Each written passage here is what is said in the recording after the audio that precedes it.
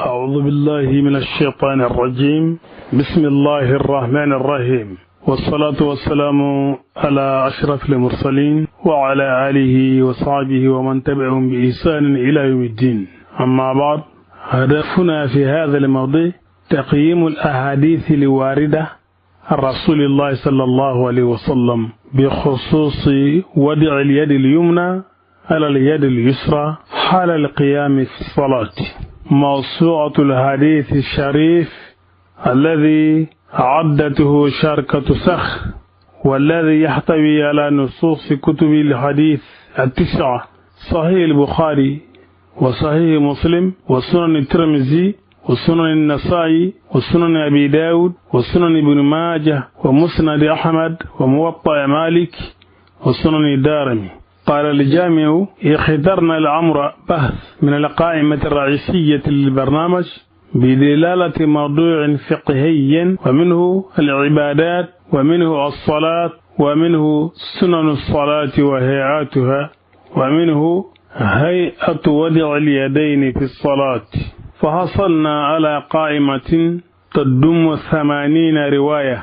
بعد تفحص الروايات وجدنا أن بعدها يخص هيئة وضع اليد في الركوع والتشهد وغير ذلك، أهملناها لعدم علاقتها بموضوع البحث، وأخذنا فقط الروايات التي تخص هيئة وضع اليد حال القيام، فحصلنا بذلك على 42 رواية.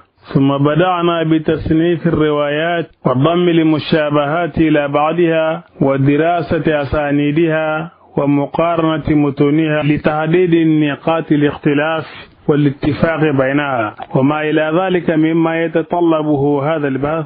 وقد اعتمدنا في تقييمنا للرواة على كتاب تهذيب التهذيب لابن حجر العسقلاني، لأنه من العلماء المتأخرين، وقد جمع في كتابه هذا أقوال من سبقه من العلماء وبين اختلافاتهم من وجدت، مما أعطى لهذا الكتاب أهمية كبيرة جدا. ومن سير أعلام النبلاء وغيرهما إذا مست إله الهاجة كإرواء الغليل وغيره، ومنها تقريب التهذيب لابن حجر العسقلاني.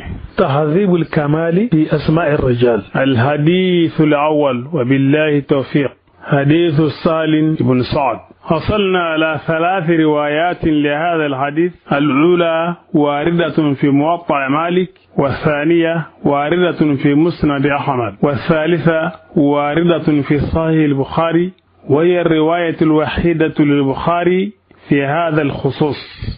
نص الحديث: لفظ البخاري: حدثنا عبد الله بن مسلمة عن مالك عن أبي حازم عن سالم بن سعد قال: كان الناس يؤمرون أن يدع الرجل اليد اليمنى على ذراعه اليسرى في الصلاة. قال أبو حازم: لا أعلمه إلا ينمي ذلك إلى النبي صلى الله عليه وسلم. قال إسماعيل: ينمى ذلك ولم يقل ينمي. سند الحديث المخطط رقم الأول يوده سند هذا الحديث برواياته 3: سهل بن سعد الخزرجي الأنصاري الساعدي مدني. ولد سهل قبل الهجرة ب5 سنوات، وتوفي النبي صلى الله عليه وسلم وعمره 15 عاما، وعاش إلى 91 سنة، وقيل إلى 88، وشهد تبوك وهو صغير يخدم الصحابة، إذن فهو من صغار الصحابة رضي الله عنهم أجمعين. روى عنه أبو حازم سلمة بن دينار الأعرج، أصله فارسي، كان قاضي أهل المدينة، توفي سنة 135. روى عنه مالك بن أنس الأصبهي، إمام المذهب المالكي، مدني، ولد سنة 93 وتوفي سنة 179 هجري. روى عنه عبد الرحمن بن مهدي العنبري مولى اللزد بصري، ولد سنة 135 وتوفي سنة 198. والراوي الثاني عبد الله بن سلمة القعنبي مدني سكن البصرة ومات فيها. قرأ مالك عليه نصف الموطأ وقرأ هو نصفه الآخر على مالك. توفي سنة 222. روى عنه البخاري محمد بن إسماعيل صاحب الصحيح المشهور، ولد سنة 204 وتوفي سنة 261. وروى عنه أحمد بن حنبل بغدادي إمام المذهب الحنبلي سنة 164 وتوفي سنة 241. سند حديث سهل بن سعد. ولا توجد مشكلة في هذا السند، إذ أن جميع رجاله من الثقات الممدوحين باتفاق علماء الرجال، كما بين ذلك ابن حجر العسقلاني في ترجمة كل واحد منهم في كتابه تهذيب التهذيب. مناقشة لمتن.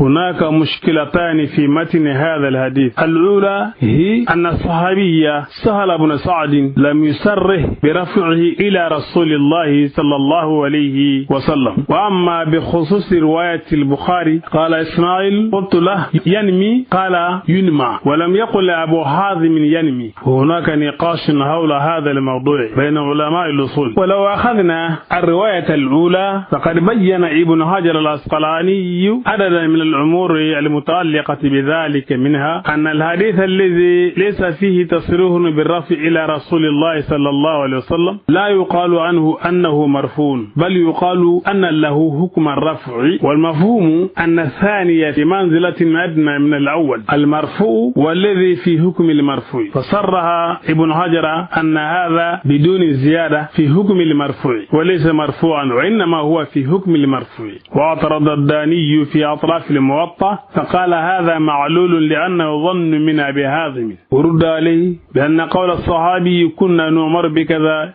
يصرف بظاهره لا من له الأمر. قال السيوطي في كتابه تدريب الراوي في شرح التقريب النووي ويؤيد الوقف ما أخرجه ابن أبي شيبة في المصنف عن حنظلة السدوسي قال سمعت أنس بن مالك يقول كان يؤمر بالصوت فتقطع ثمرته ثم يدق بين هجرين ثم يضرب به. فقلت لأنس في زمان من كان هذا؟ قال في زمان عمر بن الخطاب، ولكن المشكلة ما زالت قائمة.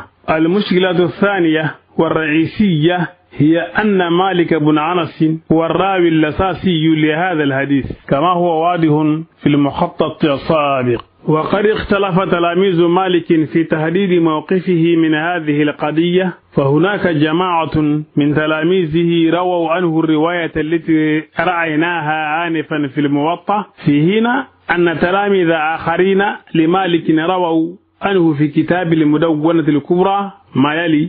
وقال مالك في ودع اليمنى على اليسرى في الصلاة قال لا أعرف ذلك في الفريضة وكان يكرهه، ولكن في النوافل إذا طال القيام فلا باس بذلك يعين به نفسه. فهذا إذا مشكلة، وهي تناقض الرواية عن مالك، علما بأن الكتابين المدونة الكبرى والموطأ هما من مرويات تلاميذ مالك عنه ويحويان أصول الفقه لمالكي.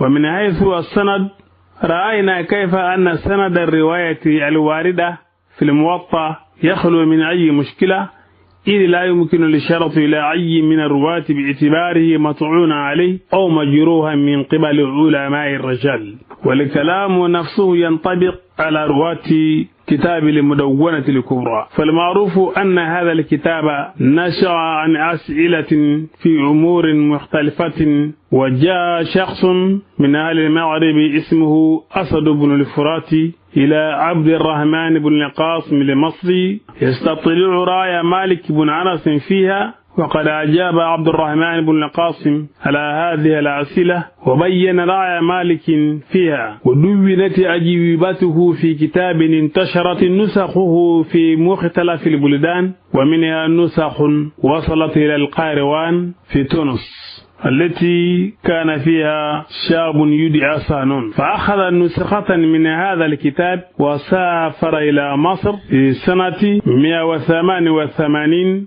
وقابل عبد الرحمن بن القاسم شخصيا وعرض عليه النسخة التي وصلته فأصلها فيها كثيرا وهذف منها أمورا، ثم عاد سانون إلى المغرب ومعه النسخة المصححة فرتبها وبوبها واحتج لكثير من مسائلها بالآثار من مروياته، فظهرت لنا النسخة التي بين أيدينا من المدونة الكبرى. فهناك إذن شخصان في سند كتاب المدونة الكبرى هما عبد الرحمن بن القاسم المصري المتوفى سنة 191 هجري، وهو من تلاميذ مالك، وقد وصفه علماء الرجال بأنه ثقة صالح خير فاضل ممن تفقه على مذهب مالك، فر على حد أصوله وذب عنها ونصر من انتهى لها.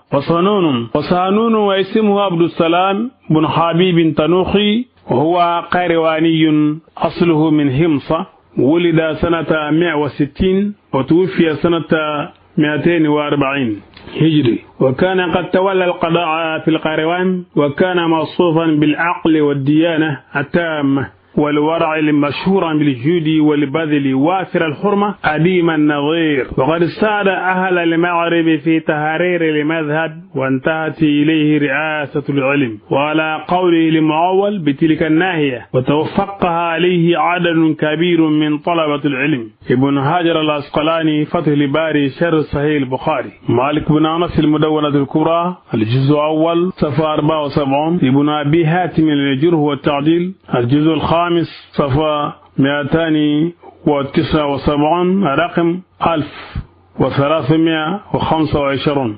وابن هبان الجزء الثامن صفحة 374 رقم 13 و949. وابن حجر العسقلاني تقريب التهذيب صفحة 348 رقم 3980. الذهبي سير أعلام النبلاء الجزء 12 صفحة 63. المصادر والجميع إذن من الثقات بحيث لا يمكننا القول بأن رواية الموطأ أوثق من رواية المدونة الكبرى ولا العكس، ولكن المالكية اليوم وهم اتباع المذهب المالكي منتشرون في شمال أفريقيا وغيرها من مناطق العالم، ويبلغ تعدادهم عشرات الملايين من المسلمين، فكلهم يعملون بما ورد في المدونة الكبرى فيرسلون أيديهم ولا يدعون أيديهم اليمنى على اليسرى كما ورد في الموطأ، مما يشير إلى أن المعبر الحقيقي عن رأي مالك في المسألة هو ما ورد في المدونة الكبرى. وعلى كل حال فالموقف الصحيح تجاه هذا الحديث هو التوقف فيه. فالموقف الصحيح تجاه هذا الحديث هو التوقف فيه على أقل تقدير لاضطراب الرواية عن مالك، ولا يجوز الاعتداد به بحاله.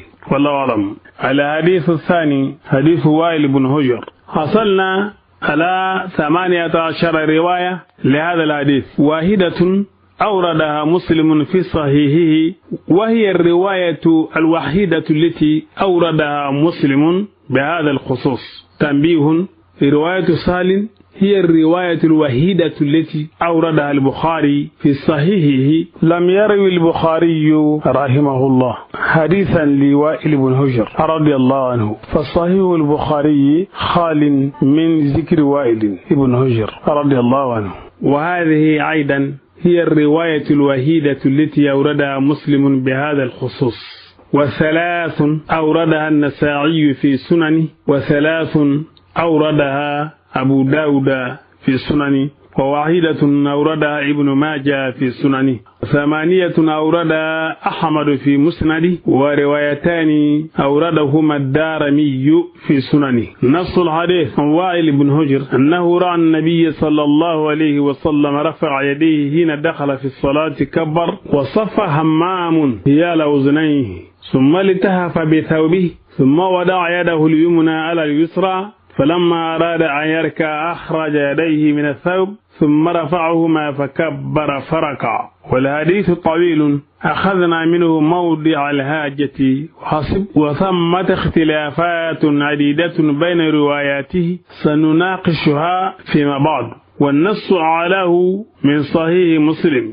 سند الحديث. يعاني هذا السند من مشاكل عديدة، أولها أن هناك 3 رجال سمعوا هذا الحديث من وائل بن حجر، لكن أحدهم مجهول أشير إليه في إحدى الروايات بأنه مولى لآل وائل، وفي رواية أخرى بأنه واحد من أهل بيته. وأيا كان الوصف فهذا الرجل مجهول والسند منقطع من هذه الجهة، مما يجب علينا إسقاط الروايتين اللتين ورد فيهما هذا المجهول من الاعتبار. وثانيها تخص العلاقة بين وائل بن حجر وولديه علقمة وعبد الجبار.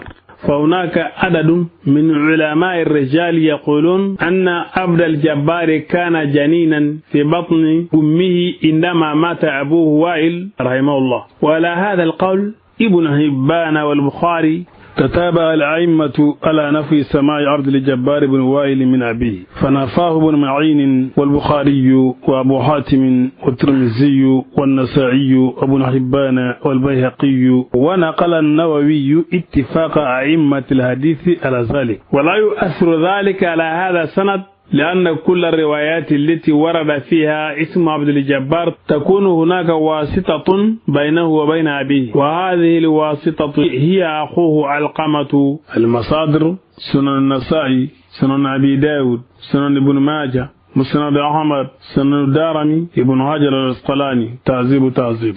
التفصيل: الروايات عن وائل بن حجر. وائل بن حجر الحضرمي الكندي كان من أبناء الملوك في حضرموت في اليمن. قدم على رسول الله صلى الله عليه وسلم في عام الوفود فأكرمه، ثم رجع إلى اليمن، ثم سكن الكوفة، وتوفي في أيام معاوية رضي الله عنهما. روى عنه علقمة بن وائل بن حجر الحضرمي الكندي فيه. سند حديث وائل. الدارمي عبد الله بن عبد الرحمن روى عن أبي النعيم المفضل عن يحيى بن كثير، وروى عن يحيى أيضا أحمد بن حنبل عن زهير بن معاوية عن أبي إسحاق السباعي عن عبد الجبار بن وائل عن علقمة بن وائل عن وائل. طريق آخر: أبو داود سليمان بن الأشعث السجستاني وعبيد الله بن عمرو عن عبد الوارث بن سعيد محمد بن جهادة عن عبد الجبار بن وائل. طريق آخر: أحمد بن حنبل، مسلم بن الحجاج، زهير بن حرب، عفان بن مسلم، همام بن يحيى، محمد بن جهادة أن عبد الجبار بن وائل بن حجر أن علقمة بن وائل بن حجر. أحمد بن حنبل عن محمد بن جعفر عن شعبة بن الحجاج عن سلمة بن كهيل أن أبي العنبس هجر بن العنبس أن علقمة بن وائل عن وائل بن حجر. سند النسائي: أحمد بن شعيب روى عن سوير بن نصر عن عبد الله بن المبارك عن قيس بن سليم أن علقمة بن وائل بن حجر الحضرمي أو وائل بن حجر الحضرمي. أحمد بن حنبل وكيع بن الجراح موسى بن عمير أن علقمة بن وائل أو وائل بن حجر. طريق آخر: مسلم بن الحجاج، زهير بن الحرب، عفان بن مسلم، همام بن يحيى، محمد بن جهادة. عبد الجبار بن وائل واحد من أهل بيت وائل أو مولى لهم عن وائل بن حجر. أحمد بن حنبل وكيع بن الجراح المسعودي عبد الرحمن بن عتبة عبد الجبار بن وائل. التفصيل: أما ما يتعلق بعلقمة بن وائل فهناك مشكلة أخرى، ذلك أن عددا من علماء الرجال يعتبرون رواية علقمة عن أبيه مرسلة، ومنهم يحيى بن معين. وقد ورد في إحدى الروايات أن عبد الجبار بن وائل بن حجر قال: كنت غلاما لا أعقل صلاة أبي، فحدثني علقمة بن وائل عن أبي وائل بن حجر.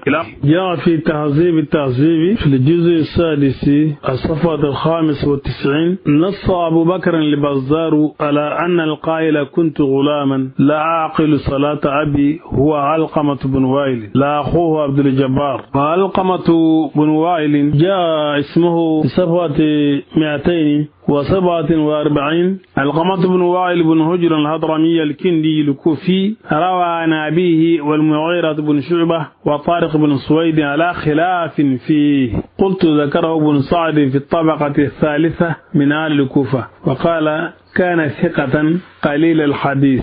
وهكى العسكري عن ابن معين أنه قال علقمة بن وائل عن أبيه مرسل. كذب علقمة ورد روايته عن أبيه إبراهيم النخعي وذلك في الحديث الذي رواه عن أبيه قال رأيت النبي صلى الله عليه وسلم إذا افتتح الصلاة كبر. جاء في تقريب التهذيب لابن هجر رقم 4684.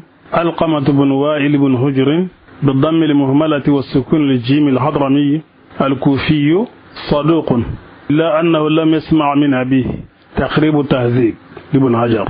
علقمة صدوق وروايته عن أبيه مرسلة والقائلون بذلك هم تحفة التحصيل في ذكر رواة المراسيل الجزء الأول صفحة 233. جامع التحصيل جزء أول صفحة 240. تهذيب التهذيب جزء السابع صفحة 247. ميزان الاعتدال في نقد الرجال جزء الخامس صفحة 134. المغني في الضعفاء جزء الثاني صفحة 442.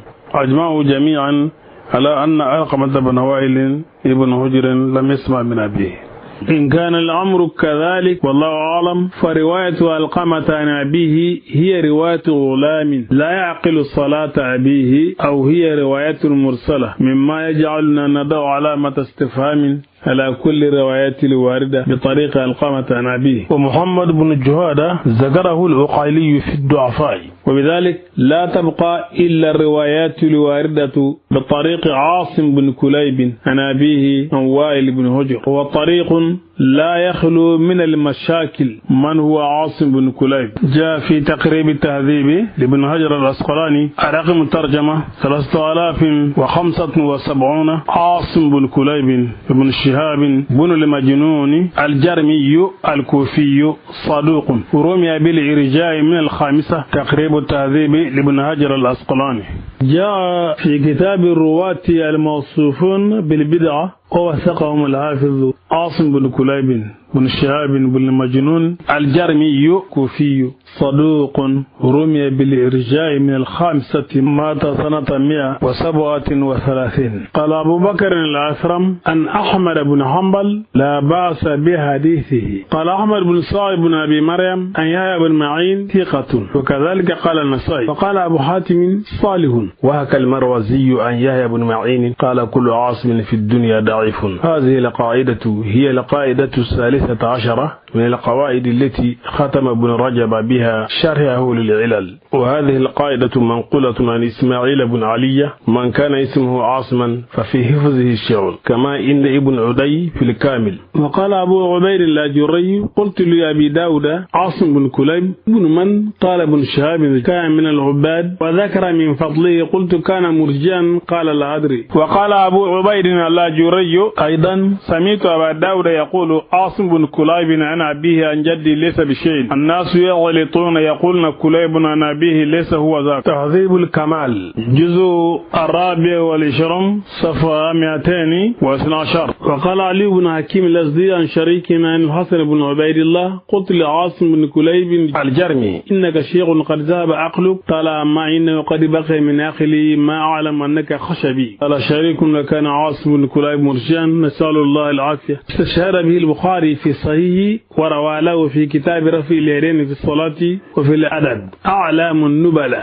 إلا أن ابن المديني قال أنه لا يحتج به إذا انفرد. إذن فعاصم بن كليب عن أبيه عن وائل بن هجر هو طريق لا يخلو من المشاكل. رواية كليب وائل بن هجر الحضرمي كليب بن شهاب كوفي روى عنه عاصم وحده. إذن انفرد عاصم بهذه الرواية رحمه الله. روى عنه 3 رجال سند كليب وائل بن هجر الهضرمي الدارمي بن عمرو الأزدي عن زائدة بن قدامة الثقفي عن عاصم بن كليب النسائي سويد بن نصر عن عبد الله بن المبارك عن زائدة بن قدامة الثقفي عن عاصم بن كليب أحمد بن حنبل عن عبد الصمد بن عبد الوارث عن زائدة بن قدامة عن عاصم بن كليب أحمد بن حنبل أسود بن عامر عن زهير بن معاوية عن عاصم بن كليب أحمد بن حنبل أيضا عن عبد الله بن وليد اللموي عن سفيان بن سعد عن عاصم بن كليب عن كليب بن شهاب الجرمي عن وائل بن هجر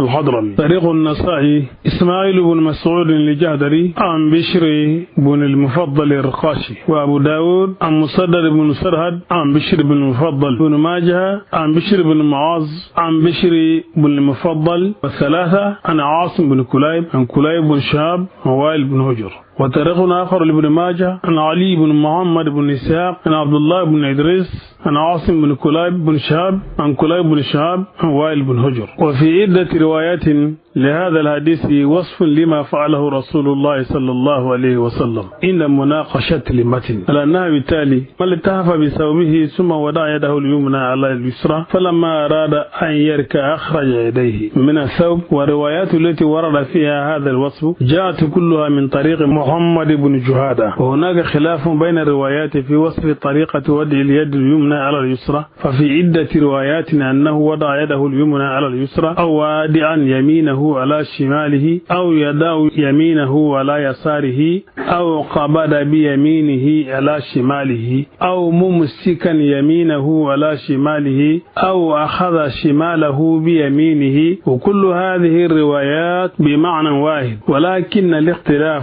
يظهر عندما تبدأ روايات أخرى بالتوضيح أكثر، فتقول وضع يده اليمنى على كفه اليسرى والرصع والساعد، بينما تكتفي روايات أخرى بالقول يدع يده اليمنى على اليسرى في الصلاة قريبا من الرسق أو وضع يده اليمنى على ظهر كفه اليسرى. ففي المجموعة الأولى من الروايات يكون الحديث عن اليد كلها بالكف والساعد وصولا إلى المرفق. أما في المجموعة الثانية فالحديث عن الكف وحسب وصولا إلى الرسل. والأسانيد هنا متداخلة بما لا يسمح لنا بالحكم على الروايات، فحتى لو حذفنا رواية علقمة عن أبيه فلن يزول الاضطراب. إذن إن المجموعتين مرويتان عن زائدة بن قدامة عن عاصم بن كليب، فهذا حديث مضطرب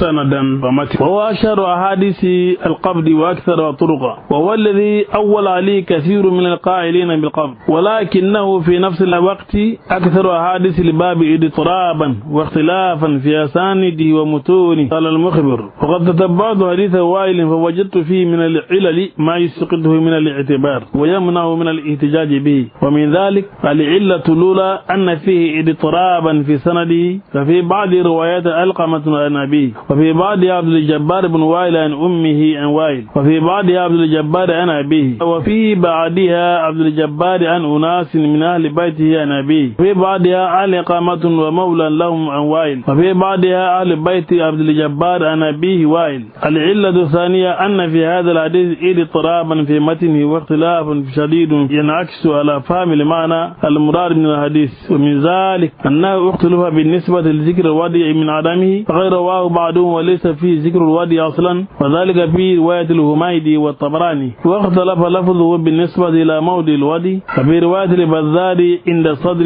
في رواية ابن خزيمة على الصدر، وفي رواية نسبة إلى ابن أبي شيبة تحت السرة. واختلف لفظه في كيفية تشبيك اليدين، ففي رواية أنه كان يقبض، وفي رواية يضع، وفي رواية يمسك، وفي رواية يضرب، وفي رواية يحبس، وفي رواية يأخذ. واختلف في موضع لكف لكف، وفي رواية يده على يده، وفي رواية اليمنى على اليسرى، وفي رواية قريبة من الرسل، وفي رواية صاعد اليمنى على صاعد اليسرى، وفي رواية يعتمد بإحدى يديه على الأخرى، وفي رواية يده اليمنى على ظهر كفه اليسرى والرسع والصاعد. وهذا الاختلاف في السند والمتن اضطراب وارد في الحديث، وحاول بعضهم دفع هذا الاضطراب فقال المبارك فوري: قال بعض الحنفية حديث وائل فيه اضطراب، فأخرج ابن خزيمة في هذا الحديث على صدره والبزار عند صدره وابن أبي شيبة تحت سره. قلت والقال المبارك الفوري قد تقرر في أصول الحديث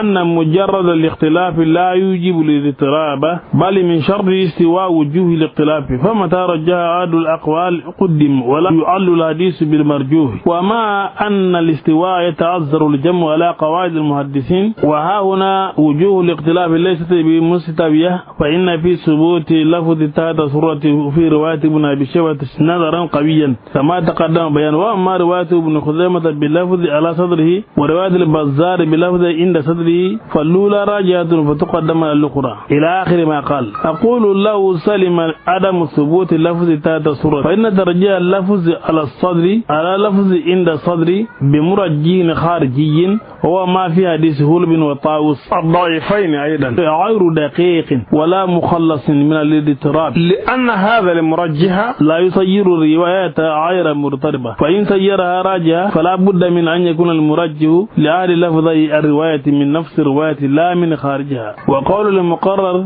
في أصول الحديث أن مجرد الاختلاف لا يوجب الاضطراب صحيح، غير أن المراد الاختلاف بين روايتين لا في رواية واحدة وهو اضطراب بلا شك. الحديث الثالث حديث هلب الطائي. حصلنا على 7 روايات لهذا الحديث، واحدة أخرجها الترمذي وواحدة أخرجها ابن ماجه و4 روايات أخرجها أحمد بن حنبل، ورواية واحدة أخرجها عبد الله بن أحمد بن حنبل وأوردها في مسند أبيه نص الحديث. بحسب رواية الترمذي ينص الحديث على أن هلب الطائي قال كان رسول الله صلى الله عليه وسلم يؤمنا فيأخذ شماله بيمينه مناقشة السند. أما بمناسبة مناقشة السند يعاني هذا السند من مشاكل عديدة، أولها ما يتعلق بهلب الطائي. قيل أنه صحابي رجع إليه معجزة يزي أنه كان أصلع فمسح رسول الله صلى الله عليه وسلم على رأسه فنبت شعره، لقبوه الهلب وهو الكثير الشعر. الواضح من ترجمته أنه لم يرى رسول الله صلى الله عليه وسلم إلا لفترة قصيرة أعلن فيها إسلامه بعد فتح مكة على العرش رضي الله عنه هلب الطائي. وثانيها تخص ابن قبيصة بن هلب فقال ابن المديني والنسائي مجهول، وزاد ابن المديني لم يروي عنه أعار السماك ووثقه العجلي وذكره ابن هبان في الثقات. قال ابن هجر مقبول حيث يتابع. وثالثها تخص سماك بن حرب وهو الراوي الأساسي لهذا الحديث كما هو واضح، فهو مختلف فيه أيضا، إذ جاء في إرواء العليل أن سماكا مضطرب الحديث وثقه جماعة وضعفه آخر، والذين ضعفوه قالوا بأنه ليس من المثبتين وأنه أسند أحاديث لم يسندها غيره وأنه كان يلقن الحديث فيتلقن وغير ذلك من الأوصاف. قال يعقوب بن شيبة قلت ليحيى بن معين متى يكون الرجل معروفا إذا روى عنه كم؟ قال إذا روى عن الرجل مثل ابن سيرين والشعبي وهؤلاء أهل العلم هو غير مجهول. قلت فإذا روى عن الرجل مثل السماك بن حرب وأبي إسحاق قال هؤلاء يروون مجهولين. شرح إلى الترمذي نقلا عن تحرير علوم الحديث. وسند الحديث ضعيف ولا ندري كيف وصفه الترمذي بأنه حديث حسن، فهذا حديث رجل مختلف فيه عن رجل مجهول لا يعرف أحد غيره. الرجل لم يرى رسول الله صلى الله عليه وسلم إلا سويعة حتى أن الناس لا يذكرون اسمه. وأما حديث هلب بن الطائي فرواه أحمد والترمذي وابن ماجه من طريق أبي الله عن سماك بن حرب عن قبيصة بن هلب عن أبيه قال كان النبي صلى الله عليه وسلم يعمنا فيأخذ شماله بيمينه. رواه ابن أبي شيبة من طريقه أحمد، ورواه الدارقطني والبيهقي كلهم من طريق وكيع بن سفيان عن سماك بن حرب عن قبيصة بن هلب طائي عن أبيه قال رأيت النبي صلى الله عليه وسلم واجدا يمينه على شماله في الصلاة. ورواه أحمد عن طريق يحيى بن سعيد عن سفيان عن سماك بلفظ رأيت رسول الله صلى الله عليه وسلم يدعو هذه على صدره، وصف يحيى اليمنى على اليسرى فوق المفصل. وقد علت بعضهم فرواه من طريق السماك عن تميم بن طرفة كما في الإصابة. قال ابن أبي هاتم في العلل سألت أبي عنه فقال إنما هو السماك عن قبيصة بن هلب عن أبيه. أقيم الحديث. هذا الحديث معلول بإلل شتى تمنع صحة الاحتجاج به. الأولى أن في صحبة غلو النظر، لأن من ذهب أنه من الصحابة لم يستند في إثبات ذلك إلا إلى هذه الرواية وروايتين أخريين كلها عن طريق سماك عن قبيصة، وسماك ضعيف وقبيصة مجهول. ثم إنهم اختلفوا في اسمه، فقيل اسمه هلب فقيل يزيد، وهلب لقب، وهذا ما جعل الصعاني يدرج في من في صحبته نظر، فكيف يتثنى له أن يقول رأيت النبي صلى الله عليه وسلم. الثانية اضطرب في نقله، ففي بعضها أن رسول الله صلى الله عليه وسلم كان يؤمهم، وفي بعضها لم يذكر ذلك واكتفى بأن قال رأيت رسول الله صلى الله عليه وسلم، وفي بعضها حدد مكان الوادي بأنه ولا صدر، وهذا الاضطراب في اللفظ يؤدي إلى الاختلاف في المعنى. وقد أنكر لي مبارك فوري ما ورد في رواية أمر من زيارة تحدد مكان الوديع، وأطال في الاحتجاج على ردها. الثالثة تفرد به سماك عن قبيصة، وقد قال النسائي إذا تفرد سماك بأصل لم يكن بحجة لأنه كان يلقن فيتلقن. وقال أحمد مضطرب، وقال ابن أبي مريم كان شعبة بن الحجاج يضاعفه، وقال ابن المبارك ضعيف في الحديث.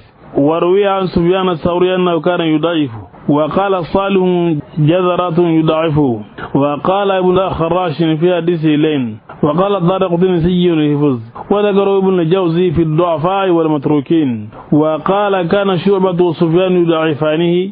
الرابعة فيه قابسة بن هلب وهو مجهول، قال ابن المديني والنسائي مجهول لم يروي عنه عاير السماك، ومثله قال الذهبي والشوكاني. وقد حاول أبو الطيب اللبادي وعايره تصحيح هذا الحديث، وبرر ما قيل في اضطراب سماك وضعفه بأنه خاص بروايته عن إكرمة، وليس الأمر كذلك كما ترى، فإنهم إنما ذكروا أنه أشد اضطرابا في روايته عن إكرمة، وبرر جهالة قبيصة بأن حديث مجهول العين مقبول إذا وثقه غير المنفرد عنه.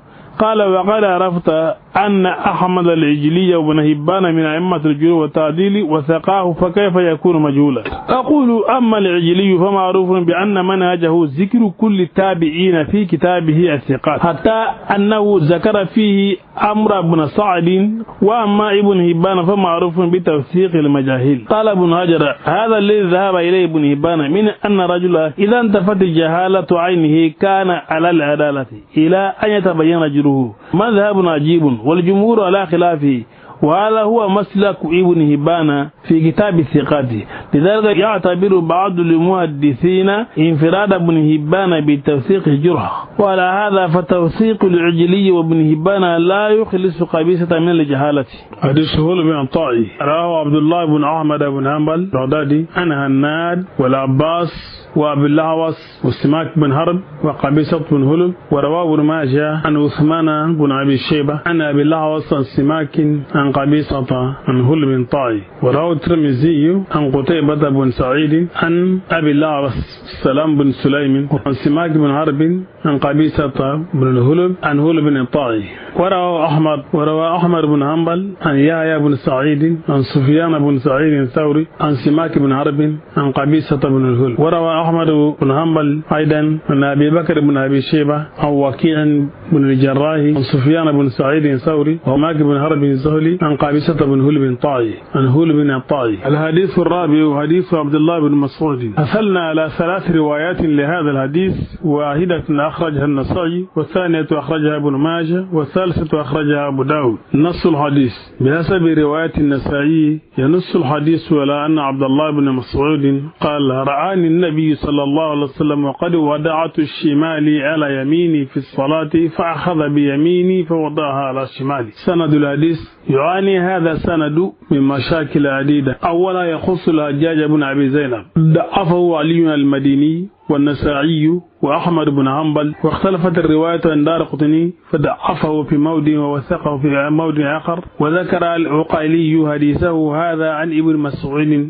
وقال لا يتابع عليه. مع باقي الأقوال فيه. ده الحديث ضعيف. المشكلة الثانية تخص هشيم بن بشير، فما أن علماء الرجال حمدوه إلا أنهم اتفقوا على أنه مدلس، فإن قال أخبرنا فهو حجة وإن لم يقل فليس بشيء. في هذا الحديث اختلاف في النسائي وأبي داود هشيم الحجاج بن أبي زينب، أما عند ابن ماجه أنبأنا هشيم أنبأنا الحجاج بن أبي زينب. ولكن إذا تابعنا سند رواية ابن ماجه نلاحظ أن هشيما توفي سنة 183، أما تلميذه أبو إسحاق الهروي فقد ولد سنة 178، أي أن التلميذ كان عمره 5 سنوات فقط عندما توفي أستاذه، مما لا يبقى لنا أي مجال سوى عدم الاعتداد برواية ابن ماجه لعدم الدقة سندها. وحيث أن رواية النسائي فيها عن هشيم عن أبي الحجاج فليس فيها تصريح بالسماع، فهذا الحديث كله ليس بشيء، والله أعلم. هذا الحديث كله ليس بشيء، حديث ابن مسعود ليس بشيء. مناقشة المتن ليست لدينا أي ملاحظات فيه على مضمون الحديث، فالمشكلة الأساسية التي تسقطه من الاعتبار هي في سنده، ولا معنى لمناقشة المتن بعد سقوط السند. جاء الحديث هكذا: النسائي عن عمرو بن علي بن بار عن عبد الرحمن بن مهدي عن هشيم بن بشير السلمي، وأبو داود عن محمد بن بكار عن هشيم بن بشير السلمي أيضا، وابن ماجه عن أبي إسحاق الهروي عن هشيم بن بشير بن قاسم السلمي أيضا، عن الحجاج بن أبي زينب الواسطي الضعيف باتفاق، عن أبي عثمان النهدي اسمه عبد الرحمن عن عبد الله بن مسعود الهذلي. حديث ساقط عن الاعتبار. الحديث الخامس: حصلنا على رواية واحدة لهذا الحديث أخرج أحمد بن حنبل في مسنده. قال أحمد بن حنبل حدثنا محمد بن حسن الواصي يعني المزني، حدثنا أبو يوسف الحجاج يعني ابن أبي زينب الثقة، أنا أبي سفيان عن جابر قال مر رسول الله صلى الله عليه وسلم رجل وهو يصلي فقد وضع يده اليسرى على اليمنى فانتزعها ووضع اليمنى على اليسرى. سند الحديث. والملاحظ هنا أن الحجاج بن أبي زينب راوي الحديث السابق الضعيف هو نفسه راوي هذا الحديث، وقد ذكرنا آنفا اختلاف علماء الرجال فيه، وأنه قال عنه أحمد بن حنبل وابن المديني والنسائي ضعيف، وقال الدارقطني عنه ليس بقوي ليس بحافظ، وقال ابن حجر يخطئ. انتهى. المخطط جابر بن عبد الله الأنصاري الخزرج الراوي أحمد بن حنبل، رقم الحديث 14558، رواه عن محمد بن الحسن بن عمران المزني قاضي واسطة شامي الأصل، عن الحجاج بن أبي زينب السلمي روى عن أبي سفيان طلحة بن نافع وأبي عثمان النهدي وعنه بن معدي وهشيم ويزيد بن هارون. وقال عمرو أخشى أن يكون ضعيف الحديث، وقال ابن معين ليس به بأس، وقال حسن بن شيال البلخي عن علي بن المديني شيخ من آل واسطة ضعيف، وقال النسائي ليس بالقوي، وقال أدي أرجو الله لا بأس به لما يرويه روى له مسلم حديثا واحدا نعم العداء والقلب. قال الدارقطني ليس بقوي ولا حافظ، وقال في موضع آخر ثقة، وقال لا جرى أن أبي ليس به باص، وقال له قال روى أن أبي عثمان نادي حديثا لا يتابع عليه، وذكر ابن هبان في الثقات، والحقيقة أنه ضعيف، الحديث ضعيف. عن جابر بن عبد الله الأنصاري الخزرج الحديث ضعيف. سند حديث جابر بن عبد الله الأنصاري كما أن هناك مشكلة في طلحة بن نافع، إذ أكد عدد من علماء الرجال أنه لم يسمع من جابر إلا 4 أحاديث فقط مكتوبة في صحيفة، وقد ذهب ابن حجر العسقلاني إلى أن تلك الأحاديث ال4 هي التي رواها البخاري في صحيحه وعددها، وليس من ضمنها هذا الحديث الذي نناقشه هنا. أعود. كما أن هناك مشكلة في طلحة بن نافع، إذ أكد عدد من علماء الرجال أنه لم يسمع من جابر إلا 4 أحاديث فقط مكتوبة في صحيفة، وقد ذهب ابن حجر العسقلاني إلى أن تلك الأحاديث ال4 هي التي رواها البخاري في صحيحه وعددها، وليس من ضمنها هذا الحديث الذي نناقشه هنا. وإذا تذكرنا أن عددا من علماء الرجال ضعفوا الحجاج بن أبي زينب فلن يكون أمامنا مفر من اتهامه بودع هذا الحديث ونسبته إلى طلحة بن نافع عن جابر زورا وكذبا. مناقشة المتن. إن العلاقة بين هذا الحديث والحديث الذي قبله واضحة جدا، فالحديثان رواهما الحجاج بن أبي زينب الذي على ما يبدو ودع حديث ابن مسعود، فلما لم يجد أحدا يتابعه عليه أراد تأكيده فودع حديث جابر هذا. ابن حجر العسقلاني تهذيب جزء 5 صفحة 24.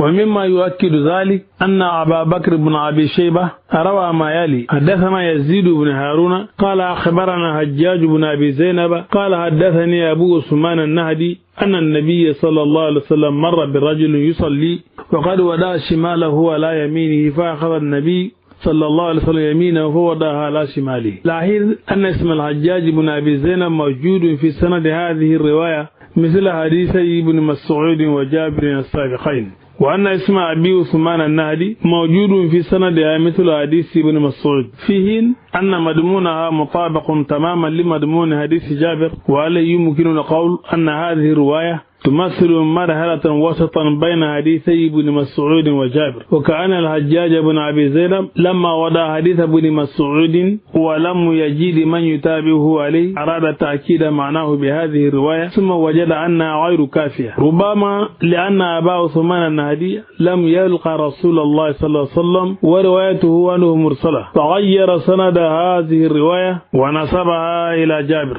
ولا حول ولا قوة إلا بالله العلي العظيم. الحديث السادس حديث علي بن أبي طالب. وصلنا على روايتين لهذا الحديث، واحدة رواها أبو داود والثانية وردت في مسند أحمد. نص الحديث بحسب رواية أبي داود ينص الحديث على ما يلي: أن عليا رضي الله عنه إن من السنة ودع لكف على الكف في الصلاة تحت سرة. مناقشة السند. وفي هذا السند مشكلتان، أولاهما متعلقة بزياد بن زيد الذي قال عنه أبو حاتم الرازي مجهول، روى له أبو داود حديثا واحدا عن علي أن من السنة في الصلاة ودع الكف أو ودع على كف على الكف تحت السرة. وثانيهما متعلقة بعبد الرحمن بن إسحاق الذي ضعفه جميع علماء الرجال ووصفوه بأنه ليس بالشيء، منكر الحديث وغير ذلك من الأوصاف المنكرة، ولم نجد أحدا ذكره بخير.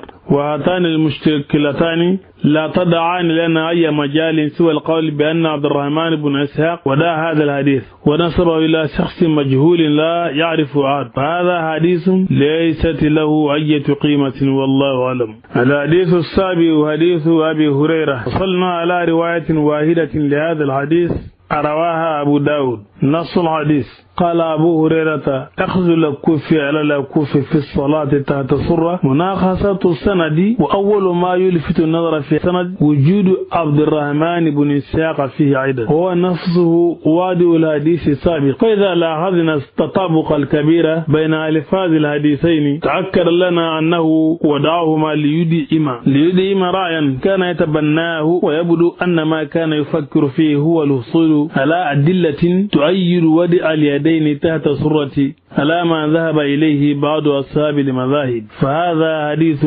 مثل سابقه دون أي قيمة. عبد الله بن أحمد بن حنبل عن محمد بن سليمان الأسري عن يحيى بن زكريا بن أبي زايدة عن عبد الرحمن بن إسحاق. والطريق الثاني أبو داود الحديث رقم 645 عن محمد بن محبوب البناني عن حفص بن عياص النخعي كلاهما عن عبد الرحمن بن إسحاق عن زياد بن زيد عن أبي جهيفة وهاب بن عبد الله السواني عن علي. والحديث شديد النكارة ضعيف جدا ومنكر. أما عن أبي هريرة فأبو داود عن مسدد بن مسرهد عن عبد الواحد بن زياد العبدي، وعبد الواحد كما تعرفون، وعبد الرحمن بن إسحاق الأنصاري، وأبو الهيكم سيار بن أبي سيار، وأبو وائل شقيق بن سلمة الأصدي الدوسي. الحديث الثامن حديث آخر لعلي بن أبي طالب. حصلنا على رواية واحدة لهذا الحديث ذكرها أبو داود. نص الحديث عن ابن جرير الضبي عن أبيه قال رأيت عليا رضي الله عنه يمسك شماله بيمينه على الرزق فوق سرته. رواه أبو داود عن محمد بن قدامة بن عاين عن أبي بدر سجاع بن وليد بن القيس السكوني عن أبي طالوت عبد السلام بن أبي حازم عن عذوان بن جرير الضبي عن جرير الضبي عن علي بن أبي طالب.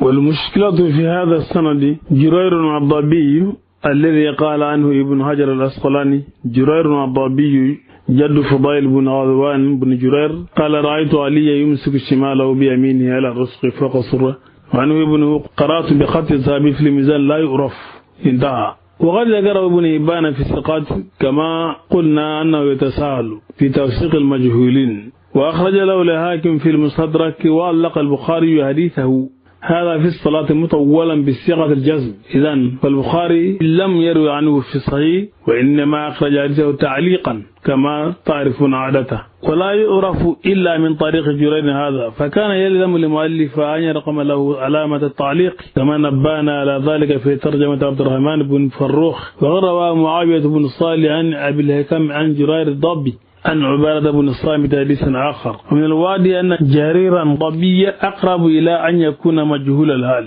وكما صرح الذهبي بأنه لا يعرف، أي أن الذهبي لم يعتد بتوثيق ابن هبان له، وربما يعود ذلك إلى أن مذهب ابن هبان توثيق مجهول الحال الذي لم يرد في حقه جرم ولا تعديل، ونحن نرى أن من الصحيح ودا مجهول الحال في مرتبة متميزة عن الثقات وعن المجروحين لأنهم كذلك، ونقلهم إلى مرتبة الثقات كما فعل ابن هبان يؤثر على قدرتنا على تقييم الحديث بالشكل الصحيح. فهذا الحديث إذن رواه الشخص مجهول الحال، وليس من حق القول بأن هذا الشخص كذاب أو غير ذلك، المجهول مجهول، وهذا الحديث لا يصح. روى ابن أبي شيبة وأبو داود والدارقطني والبيهقي وغيرهم من طريق عبد الرحمن بن إسحاق أبي شيبة الواسطي عن زياد بن زيد السواني عن أبي جهيفة عن علي أنه قال من السنة وضع الكف على الكف في الصلاة تحت سرة. تقييم الخبر. يلاحظ أن معظم الذين رووا هذا الحديث قد ضعفوه إما جملة أو بآد رواته، إلا ابن القيم قد اعتبره رواية صحيحة وسنلمه فيما يلي إلى شيء مما قيل فيه. قال النووي ضعيف متفق على تضعيفه. رواه الدارقطني والبيهقي من رواية أبي شيبة عبد الرحمن بن إسحاق الواسطي هو ضعيف بالاتفاق. قال البيهقي لا يثبت إسناده، وقال تفرد به عبد الرحمن بن إسحاق الواسطي وهو متروك. وقال ابن حجر وفي زيادات لمسند من حديث علي أنه وداه ما تحت سرة وسناده ضعيف.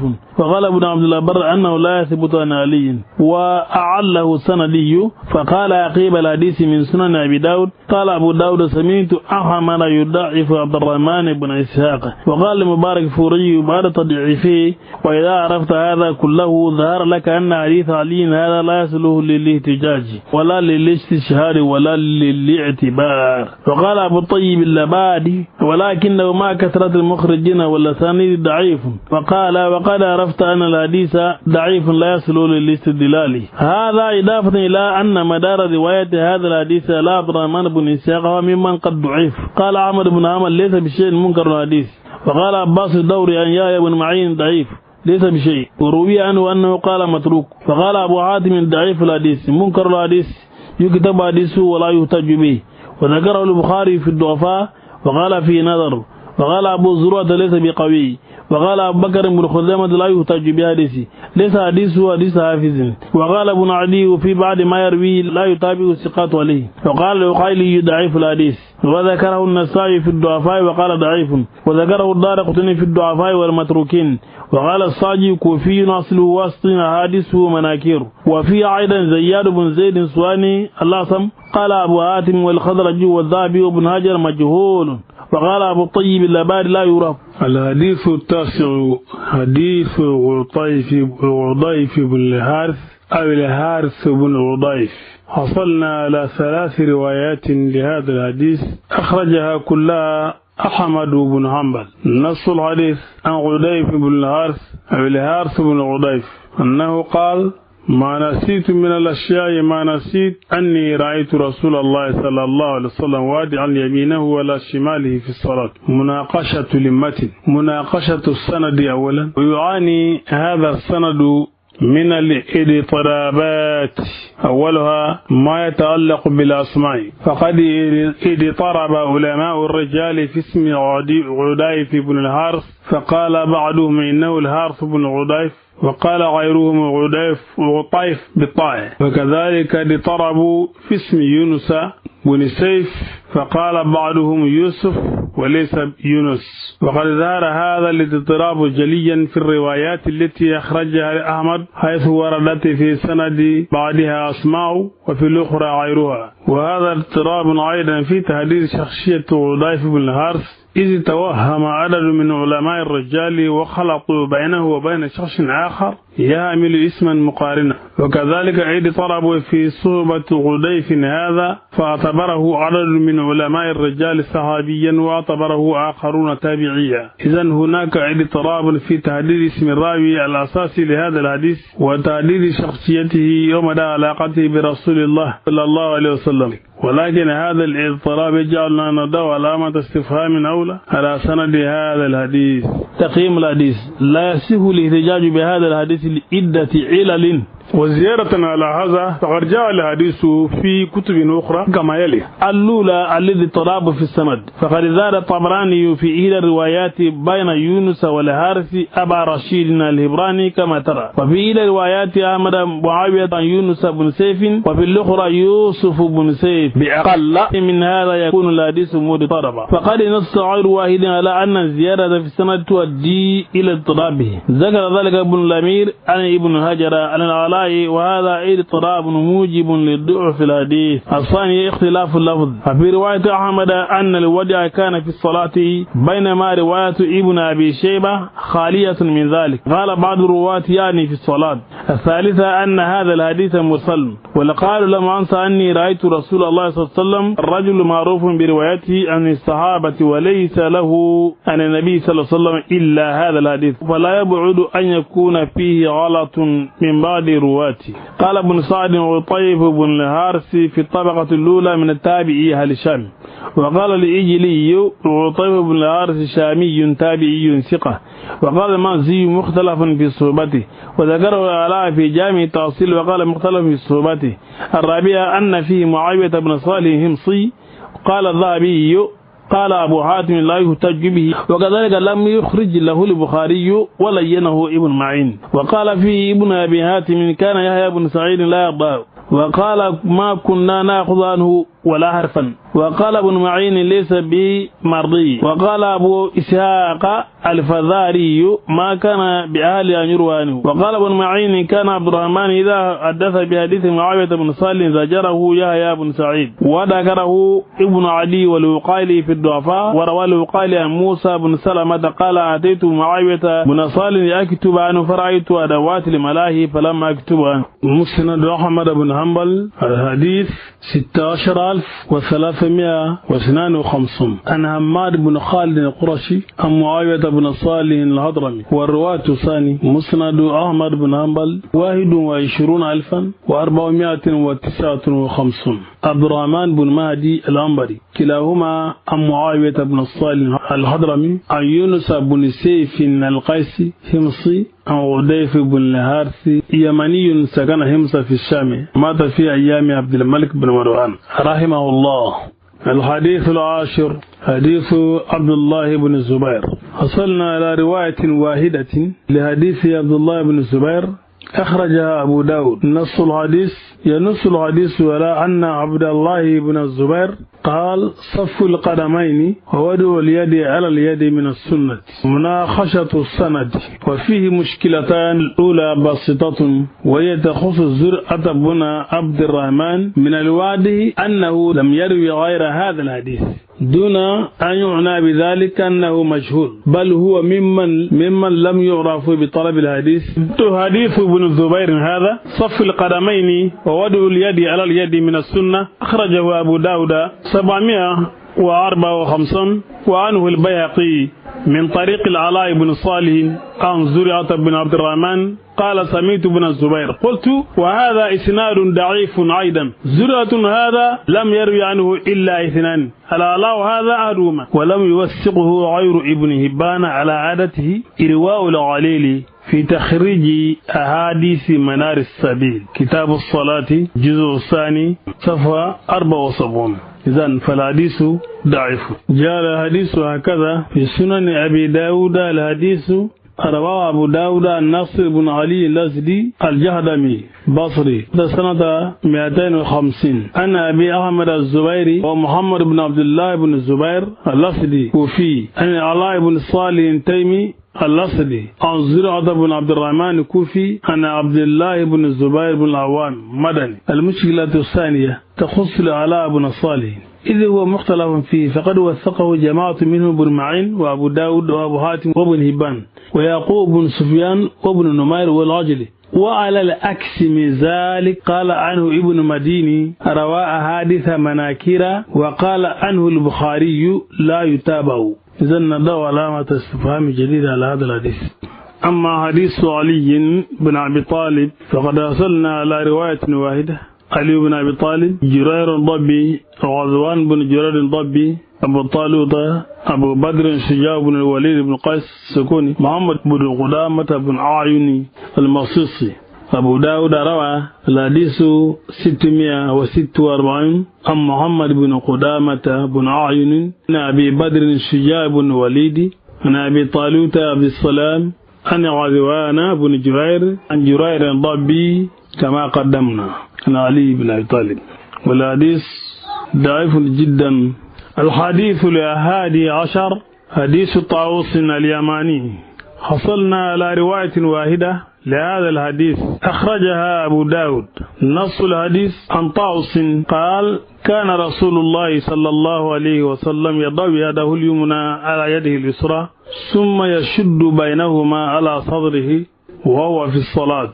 حديث طاووس هذا لنا فيه سند واحد رواه أبو داود رقم 759 بسند ضعيف لشيئين